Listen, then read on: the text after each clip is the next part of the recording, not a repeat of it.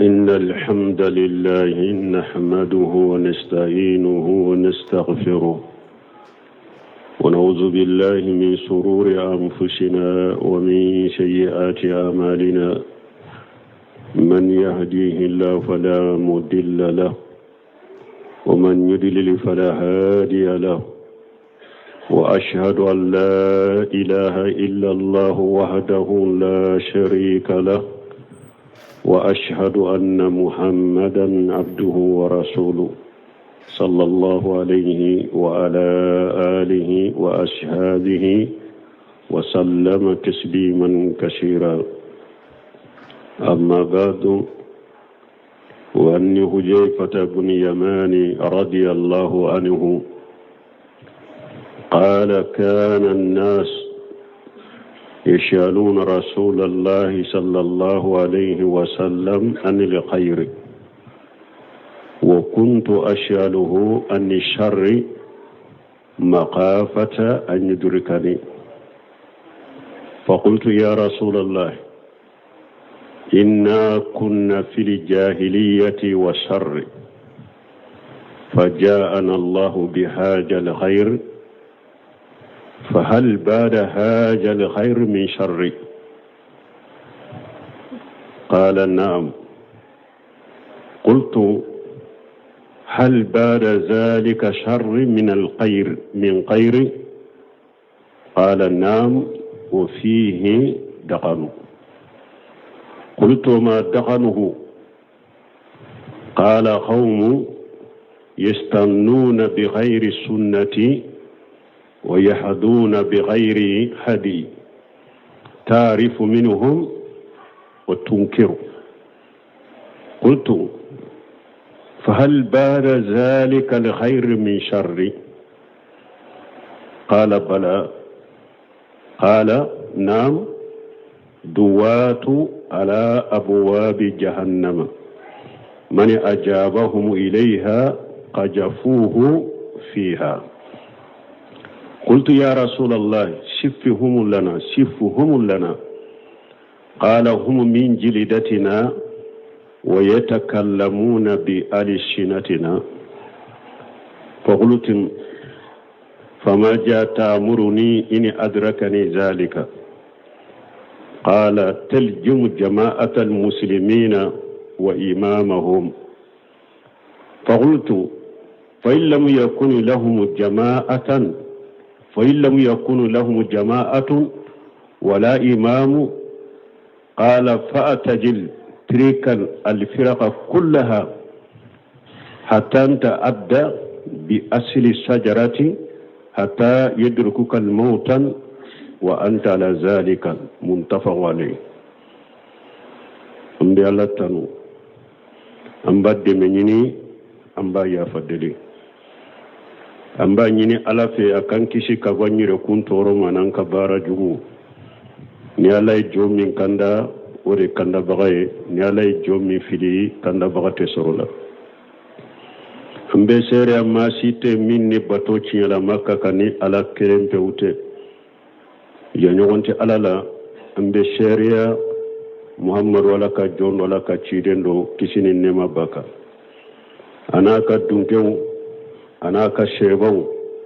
على كو كيسي من كتشوكو سوبي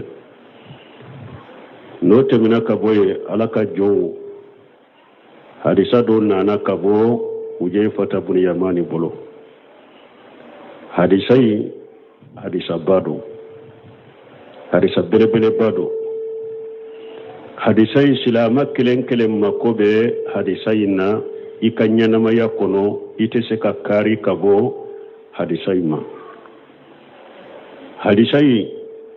ni silama kelen ni hadisai famu min be qur'anaka, famu min be sunnaka, famu min be sarafu ka famu ka ibe kishi jinya fitina chamambe ani fitina chamambe dina kono ibe kisama. ni hadisai famu ko to nyuma na balmo hadisai folo ayayi ranna hada made ko jugudo puri be seki yere korosa machogomi huje fata ko ko mogo to tumbe cide nyininka hera de la ko mi ale tumbe cide nyininka ko jugu de la o korote ko jugu ani juguma ko de kadi huje fataye ko yin korote oye ako alaye cide nyininka ka ko jugu do munna pour ko jugu kana le soro abesika yire kishi ko jugu ma chugobe ورياتو بيت الكلاكو عرفت سر لا لشر ولكن لتوقيه من لا يعرف شر من الخير يقع فيه بيت الكلاكو كو علي جغمان دو كو علي ما جغمان دو جغمان كما دي كو علي جغمان دو دي پورا كنا بيا كونو كوني مغمي نيما كو جغو دو كابو هيرالا كو يبي بي كو جغو كونو دي je fata fana aye ko jugu nyininka o de la puro abesheka kishi ko jugu ma chogobe ni nye folo ye hadisa yinna fulanna huje fata hadisa yin kono ambe na fami sura la tuguni ako kide makau antu nye jahiliya de la ani ko jugu utumbe kafiriya minna ani nyugon faga ani fara ani ñogon juguya kulu tumbo odela wodi togo ko jahiliya ani ko jugu kulu tumbe odela ko ala nanani heray minye islamiya limaniya tauhidi ku dusu ku fara ñogonka ka ke ala batolay ka sinji tugu toye ka ñogon faga toye ka fara toye ko ala nanani o heray nimbe munyirana hadamade alaka nema munun bika mire ikatashi alaka nema wala obeke sababu ye ibe nema nunun barikada obeke sababu ye nema imbe toyi ka be dume ika uje fata aka hadisa yo oyirana wore yato Musa ka kisala alako wazakirhum bi ayamillahi alako Musa ma ikam mogo hakili jigi tile munun temenuka nema munun temenuka uka hakili jigi ala huda fana akam mogo ka wajilu kononala aya nyogona fo fajkuru ala Allah la'allakum tuflihun ako akam mogo ma yemiri katasi ala ya nema munun ke auka ayen miri akata sula obeke sababu ye abenni yorosoro salu fana ya nyuguna fo fajkuru ala allahi wala ta'asaw fil ardi mufsidin akwa kam goma ayen miri akata si alaka nema munun tamena auka ayen miru la akata si akala barkada akana ciyalike dubu koloka ciden fana kam manto o ko kelen fora واذكروا نعمة الله عليكم إذ كنتم أعداء فألف بين قلوبكم فاصبحتم بنعمته إخوانا وكنتم على سفا حفرة من النار فأنقذكم منها كذلك يبين الله لكم آياته لعلكم تهتدون شيدم فنكا منتون مدينة كو سن اللي منين التوحيد كان مدينة نغم فقد تومبي juguya fara ñogon faga wode tumbe madina limaniyani tawhidi nale madina de u farala ñogon ka disukun kera kelenye u kera balima kelenye ala ko aye miri akatashi ala ka nema aye nema minke auka aye miri ola akatashi ola aw tunye ñogon jugu de ya ala yaw disukun fara ñogon ka aw labana ka ke balima wuye aw tumbe jahannaba dinga dadela atumbe ñogon fagani juguya minna atumbe jahannaba dinga dadela ala yaw kisi kabo oma wala baka ayaw bangawuye nin cogode la onake sababu ye kawkanda donc hadamade to ka miri ikatashi ala ye nema munun ku ka miri wala ikatashi uje fataka hadisa yo yiranna antum be jahilani ko jugula ala nanani heray uje fata miri la katashi ala ye nema min kuka ko fo o ko fe huje fata ibn yamani ka hadisa yinna ako cide ma aw benni hera min kono juguma ba ko fe wa cide ko oho ako juguma bo ko fe o huje fata ibn yamani ya nyininka ako o ko jugui hera bo ko jugui fana ko fe wa cide ko oho o ko jugui hera ba ko fe no hera aduru lendo fihi daganu ye munye hera kalasilente hera mindo bone nyagambile mbala ako hera bo bone ko fere me hera duru lendo no hera nyagambile ndo bone nyagambile mo hera la uje fasa buni yamani ko ma daganu ako o bone o duru li ye munye bone mi nyagambile mbala o ye munye ciiren ko qawmu yastanuna bighairi sunnati wa yahtaduna bighairi hadi ako yem mugode ute sunnani nka sunna wuye mana nka tabulu ni nka sunna yere haqiqa itaka ute kandani nka kanda sira fana ye iba soro sunna wore no tabulu wore de be wulu bolo ube tugo ode ko do taye muke siraye do taye fakoro sirawuye do tawe ambanka shehu ko do tawe ambanka mabaw ko utenka sunnata yatasannuna bighairi sunnati ubeta sunna werewdeta sira werewdeta munun tenka sirawuye ubeta kanda sira werewdeta munun te nka kanda sirawuye tarifu minhum wa tunkiru ubu ka ko do nu ka kuma do fo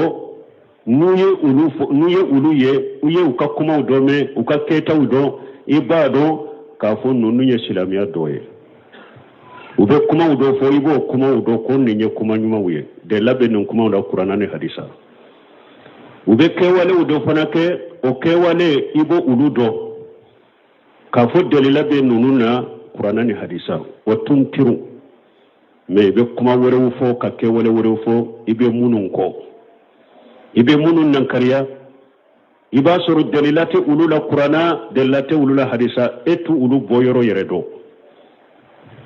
Allahu akbar min alamun nubuwah ni nye ciden kan nabi mayatta man shen balmo ambo tilela de ambo tilela mogo fule bi ciden yere ka sunna haqiqa min baka illa man rahim rabbi ciden ka kanda sira haqiqa min baka illa man rahim rabbi bebe kuma ibe kuma udome do ka kuma udome uke kayela udo fule ulu kanyi no ka kuma udobe uka kewale udobe umanyi ciden ko nimbena akode be o hera sugu ina hera nyagambile ina ni hera nyagambile nye amaba huje fata buri yamani ko akonni hera nyagambile min fana fule ni na duru nendo tora bo fana kofe wa juguma bo fana kofe wa ciden ko oho ako juguma bo kofe ako jumaye duwatu ala abwabi jahannama man ajabahum ilayha qajafuhu fiha ciden ko ye wolele kelawde ube jahannaba dinga dadela dina wolele kelawde do ne be jahannaba dinga dadela ube mogo wole kata minna iyo jabe sonu tama doro ka tugu ko doro bi fili jahannaba ko uje fata buri yamani ko cide masifuhum lana akon nunu ni wolele kala sungu man ko tanya de nunu chogo fanya de nunu la hala fanya kase ka nunu do de ciden ko humu min jilidatina wa yatakallamuna bi alsinatina ay akon mo wore wuto arabu de ko anyogo do ba fo ni chogola min jilidatina arabu de ko me anyogo harisa sarahu baga do ko min jilidatina silamau de do wolele kala ye silamau de ko me anye silamau ye chogomi wa yatakallamuna bi alsinatina ewa ambe qur'ana min fo ambe arabu kam min fo ambe hadisa munun fo ko fona bulu de fo ambe kuma kale ambe hadama den kelew ambe islama kelew ambe kuma kale ni hadisa be muyirana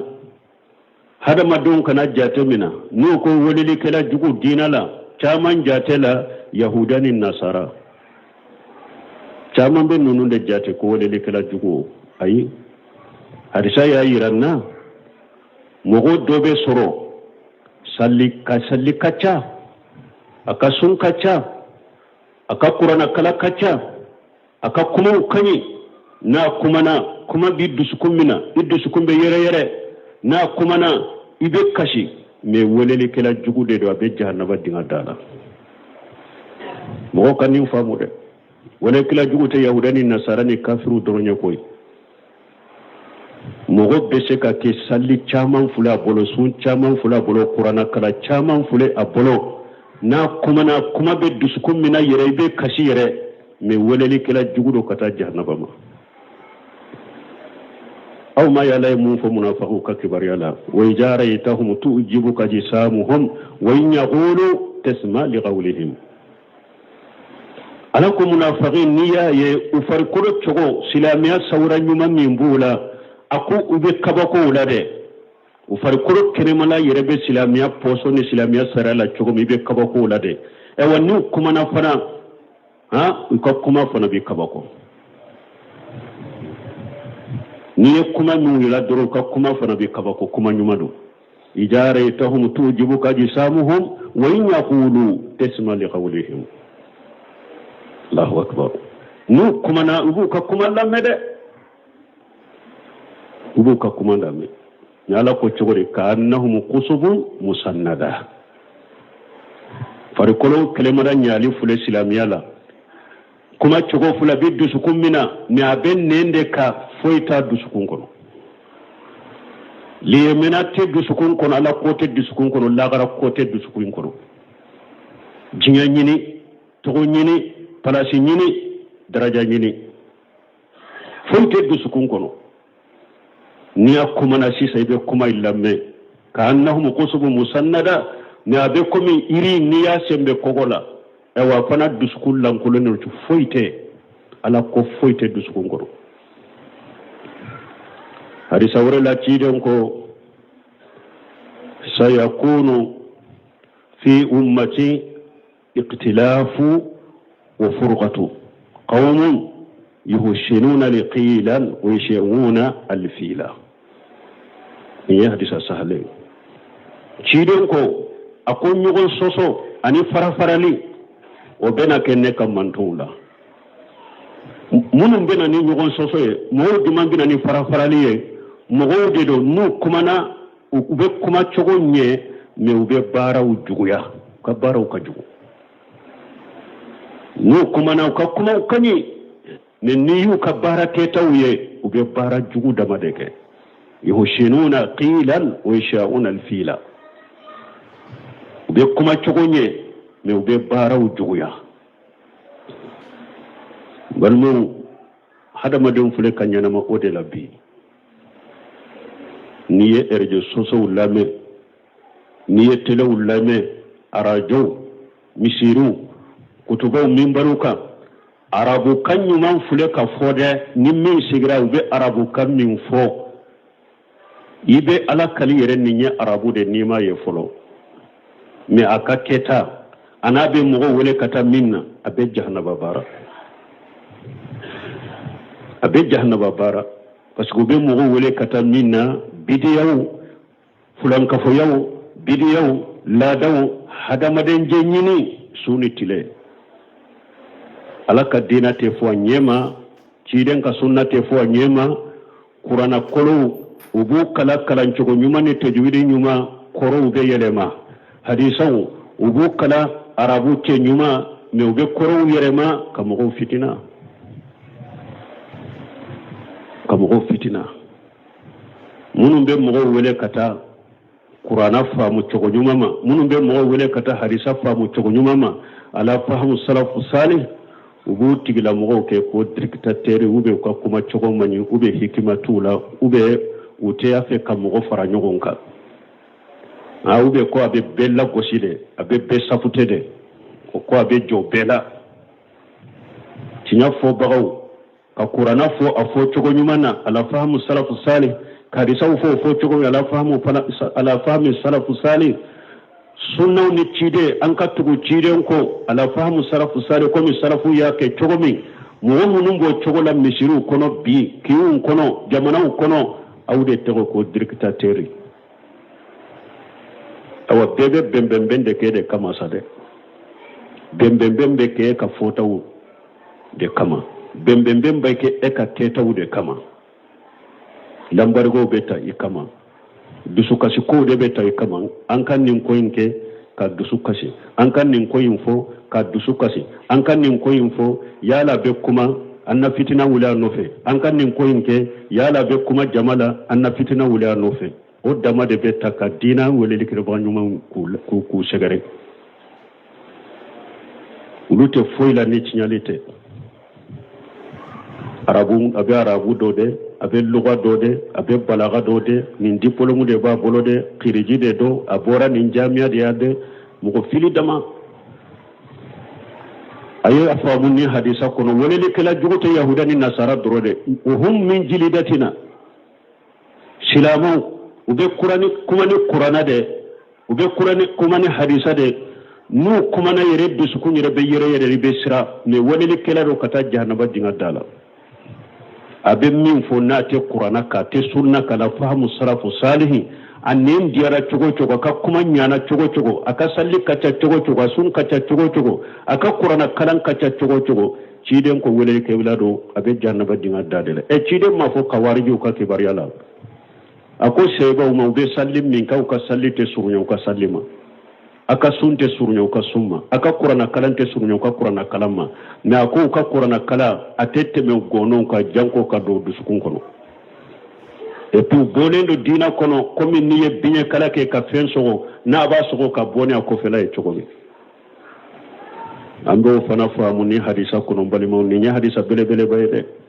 barakallahu li wa lakum fil qur'anil hakim wa nafani wa iyyakum bima fi min al-dhikril hakim أقول قولي هذا واستغفر الله لي ولكم ولسائر المسلمين من كل جنب واستغفروه إنه هو الغفور الرحيم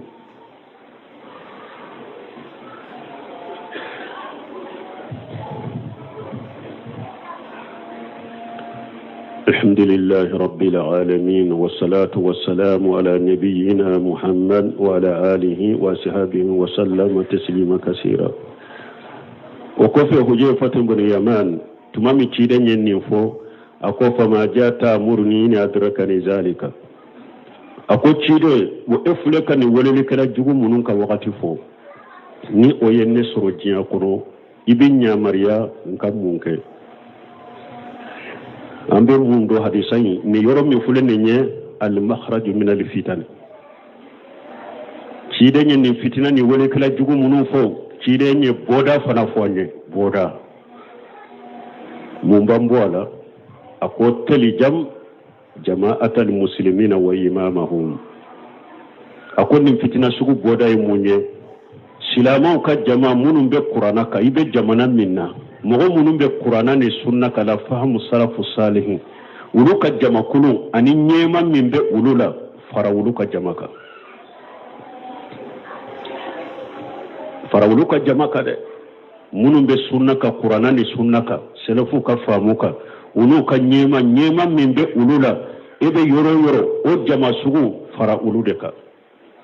boda yede ibe kisi fitina la o de la jian fitina ni la gara fitina ahadi sunno le jamaika faruka ibe jamana min na nyema min be ikatuwa ko kana bo anaka jama ko fede fuye fata buri yamani ya nyinenga abo akon nimbe yoro min ni o jama tun no jama tedu ebe kafo minna kafo munun be qur'ana ni sunna ka nyema bula bonni o jama sugu fana te yoro midu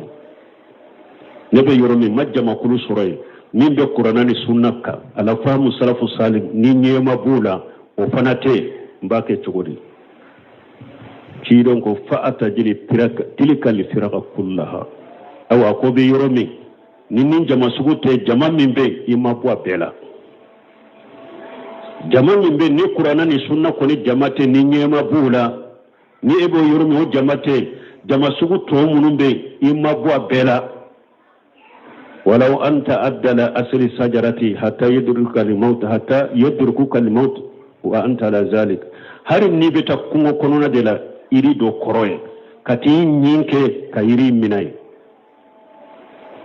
كتين ينك كيري ينكي كمناي فسيا كيسرو تقولا هل النبي كودك إما بو جما جوي بلا نسنا جماعة على القرآن والسنة على فهم السلف الصالح ni ulu koni te yoro min ni nyema bola jama sugu munun be imma bo bela hari ni kelebeta kungo kono ne la iri koro kata iri do mina ni nyinye katiye fo saya ki soro chogola kuma la nyine munye ci de nya ira la dro akam mabbo jama jugu ima jama ibe yoro sunna mo ute munun be qur'ana ni sunna kala famu salafu sali ni nyema bola ewe yoro no jama sugute jama to munumbe ciren koy kana faru kare imma bula hari ni kelende beta sigi kungo konona da iri do koro fo saya ki soroy odeke me jama jugu kana faruka wambalmo ni hadisa ni mo min ni hadisa faamu qur'ana faamu chogo nyuma ka ni faamu min be qur'ana ka ni mo min ni hadisa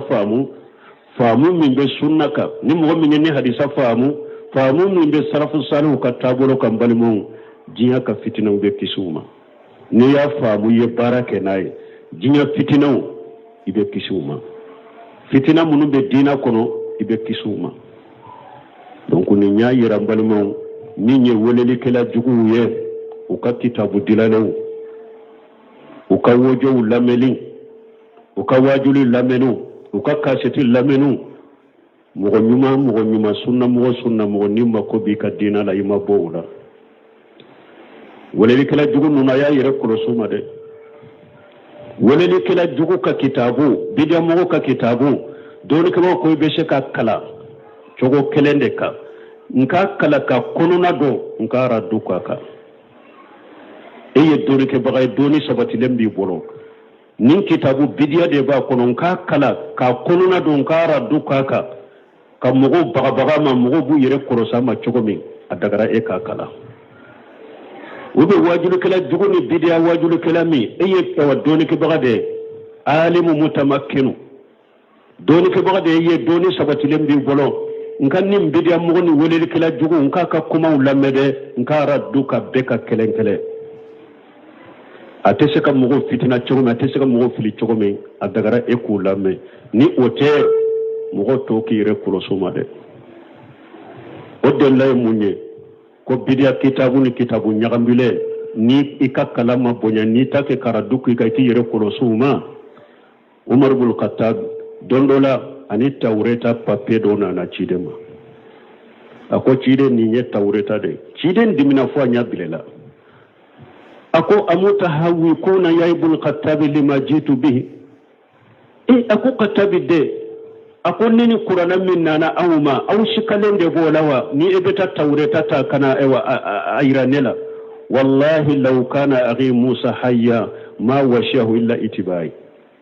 ako wallahi nim balimake Musa yerebe balola shi saka dina intese ka wasa bara fo aka tugune de ko tawreta nyumantala tinyatala har ciden telela tawreta min nyagambilendo esika nyumantala jumantala wa me ciden ko maru ka tawreta impappe intoy ako aka bilay qur'ana wasara aka qur'ana kala hadisa wurela ciden ko man sami'a bid-dajjali falyana anhu ako ni mo ni dajjali ka kibariya me ako ima boma de kana girala yerede cire ko ni dajjali bora do bena bafo ne danem be nyerela limunia benna abena arbebo min kalama doro dajjali ba fitina don ka baw yedellata ni nyerela ni fanala kitabu nyagambilewu bidia kitabu a kombu kono na laje cinyami mbala nata duguma min bala mbabila yere koloshi de uye mo chaman fana fili koy mogo caman fana bida kitabu lajanini hakilinaye ka bida mogo laminini hakilinaw abe bo min kalama u ye subuha do bila dusukun kono fo kata sama se kabo an kan yere kolosi